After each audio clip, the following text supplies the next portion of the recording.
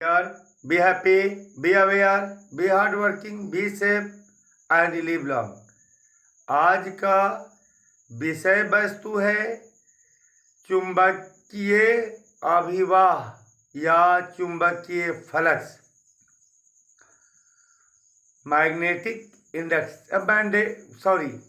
Magnetic flux. तो अगर आपको वीडियो पसंद आए तो सब्सक्राइब करना नहीं भूलेंगे। सब्सक्राइब अवश्य करें ताकि आप तक मेरा वीडियो नियमित रूप से पहुंचता रहे और आप सरलतापूर्वक अपने पाठ्यक्रम की तैयारी करते रहें। आइए हम आपके विषय वस्तु पर आते हैं। चुंबकीय अभिवाह या चुंबकीय फ्लक्स, मैग्नेटिक फ्लक्स। तो इसकी पहले परिभाषा बता देता हूँ, फिर मैं इसे सचित्र रूप से गणितीय हल करते हुए फिर समझाता हूँ। एक समान चुंबकीय क्षेत्र में स्थित किसी तल से गुजरने वाली चुंबकीय क्षेत्र सदिश और तल के क्षेत्रफल सदिश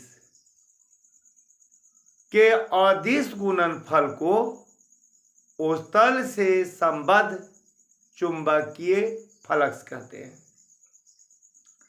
अब मैं इसे लिखकर भी समझा देता हूं।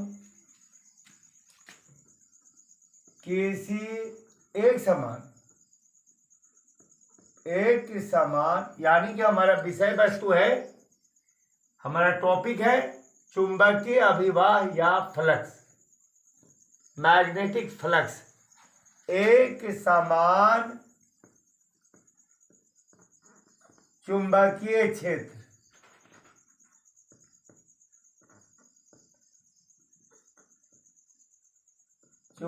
क्षेत्र में स्थित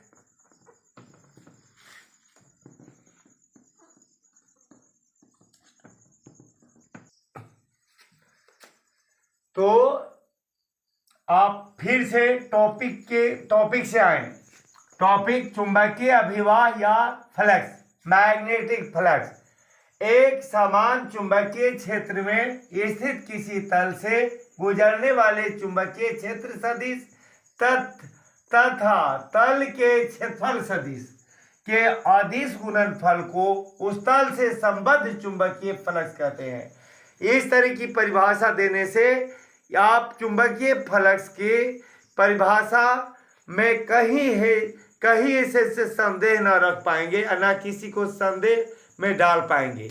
इसलिए ऐसी परिभाषा दें कि मतलब सार्वभौमिक हो और सब जगह आसानी से समझाया जा सके। तो यह परिभाषा ज़्यादा सुंदर होगी और सबका निचोड़ होगा कि अलग अलग इससे मतलब टीचर हो या अलग अलग लेखक हो, अलग अलग ढंग से जो परिभाषा देते हैं, वो सभी परिभाषाओं को सम्मिलित रूप से मैंने एक ऐसा परिभाषा निकाल दिया है कि सबका जवाब इस परिभाषा में है।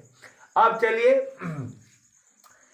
अब मान लीजिए कि ये आपका एक समान चुंबकीय क्षेत्र में एक तल है। एक समान चुंबकीय क्षेत्र में एक तल है।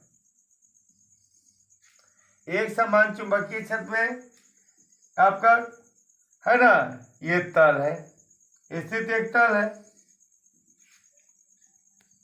अब एक समान चुंबकीय क्षेत्र में स्थित ये तल है और इस तल का क्षेत्रफल A है और इससे गुजरने वाली चुंबकीय क्षेत्र और क्षेत्रफल A है और इससे गुजरने वाली चुंबकीय से जो इससे गुजर रही है इसका क्षेत्रफल है। और ऐसे स्टेज में हम जब क्षेत्रफल है तो इसका क्षेत्रफल सदिश, क्योंकि क्षेत्रफल क्या होता है, एक सदिश होता है, तो इसका क्षेत्रफल सदिश हम ले सकते हैं। क्षेत्रफल सदिश इसके है ना, इसका क्षेत्रफल सदिश हम इस तल के लंबवत इसका क्षेत्रफल सदिश इस तल के लंबवत ए वेक्टर ले लेंगे, ए वेक्टर ले लूं। तो मान लीजिए कि एक समान चुंबकीय क्षेत्र में कोई तल स्थित है और जिसका क्षेत्रफल ए है। तो क्षेत्रफल ए है तो इसका हम क्षेत्रफल सदिश इसके लंबवत ए वेक्टर ले सकते हैं। और एक समान चुंबकीय क्षेत्र बी है तो चुंबकीय क्षेत्र सदिश हम चुंबकीय क्षेत्र सदिश बी वेक्टर ले सकते हैं। और बी वेक्टर भी ले सकते हैं। और इनके बीच अगर कोण थीटा बन रहा है तो हम परिभाषा से क्या बता सकते हैं? चुंबकीय फ्लक्स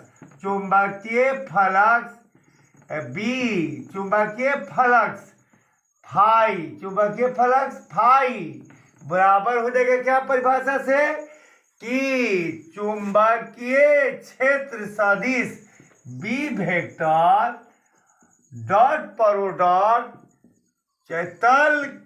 तल का क्षेत्रफल सदिश ए वेक्टर, तल का क्षेत्रफल सदिश ए वेक्टर। इसका मतलब डॉट का मतलब हो गया अदिश गुणनफल। जब दो सदिशों के बीच डॉट प्रोडक्ट लगाया जाए तो उन दोनों सदिशों का यह अदिश गुणनफल बोलता है। तो इसलिए परिभाषा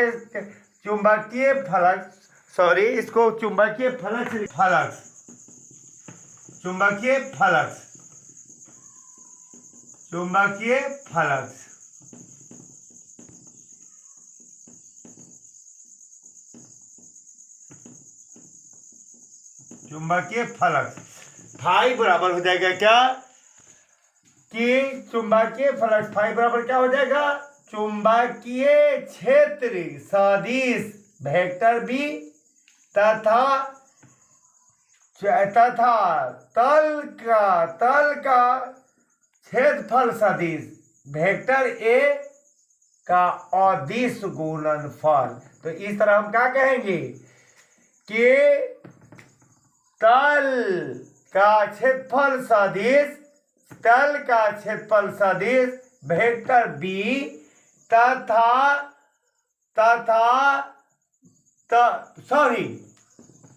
चुंबकीय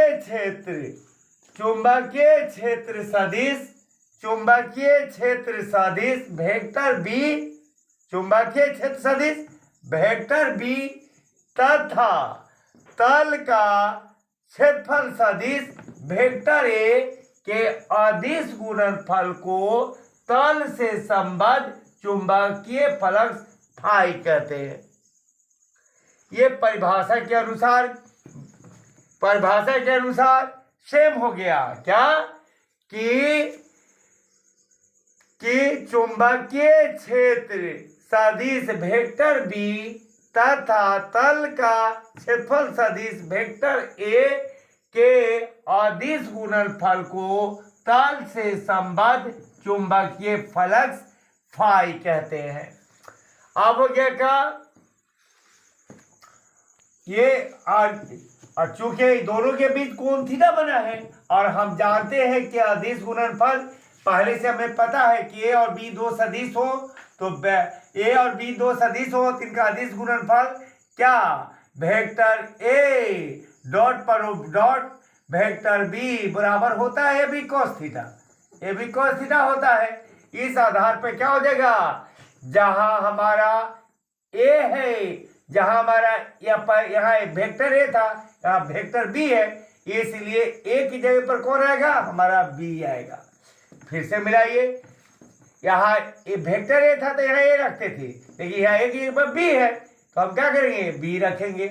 और उसके बाद से क्या रखते थे यहाँ वेक्टर बी रहता था तो बी रखते थे लेकिन बी की जगह पर यहाँ क्या ए है तो हम ए रखेंगे और कॉस थीटा के कॉस थीटा रखेंगे। अब देखिए अगर ऐसे तो मतलब क्या हो और तल समरूप नहीं हो अगर तल समरूप नहीं हो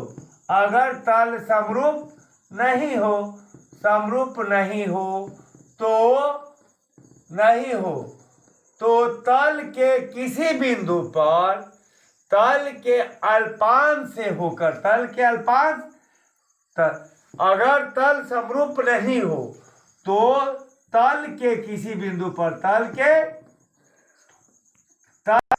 अगर तल समरूप नहीं हो तो तल के किसी बिंदु पर क्षेत्र अल्पांश डीए से होकर क्षेत्र अल्पांश वेक्टर डीए से होकर चुंबकीय फ्लक्स फाई बराबर vector B into dot product, into मतलब यहाँ डॉट प्रोडक्ट है, यहाँ इंटू डॉट प्रोडक्ट है, तो बोलेंगे क्या, vector B dot product D D A vector D A. और ये तो संपूर्ण तल से होकर चुंबकीय फ्लक्स, संपूर्ण तल से होकर चुंबकीय फ्लक्स। तो संपूर्ण तल से होकर चुंबकीय फ्लक्स क्या हो जाएगा, संपूर्ण तल से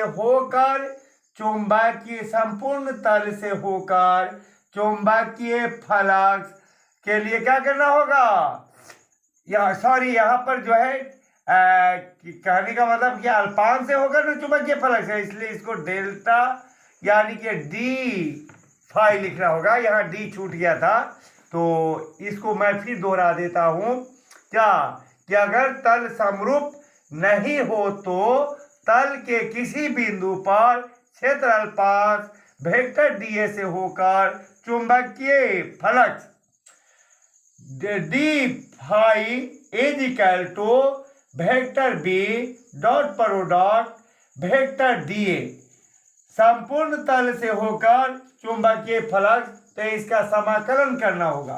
चुंबकीय फ्लक्स के लिए क्या करना होगा, समाकलन करना होगा। डी फाई का समाकलन करेंगे और दोनों तरफ समाकलन करना होगा, तो इधर डी फाई का समाकलन होगा और इधर वेक्टर बी डीए वेक्टर का समाकलन करना होगा, तो और में क्या हो जाएगा, आप जानते हैं कि डी फाई का डी और में क्या हो जाएगा, तो डीए का तो समाकलन डी फाई का तो समाकलन फाई हो जाएगा और इधर क्या हो जाएगा कि डॉट प्रोडक्ट में इसका क्या हो जाएगा, इसका डॉट प्रोडक्ट में हो जाएगा, डॉट प्रोडक्ट में अगर है तो इसी थ्योरम से कि vector A dot product vector B बराबर क्या होता है, ए बी cos थीटा, तो उस नियम से क्या हो जाएगा, B D A cos theta हो जाएगा। और क्या हो जाएगा, आगे बढ़े तो और में लिख सकते हैं क्या, फाई इज इक्वल टू या हम इसको इतना भी छोड़ सकते हैं, इसको इतना ही रहने दे तो बेहतर है।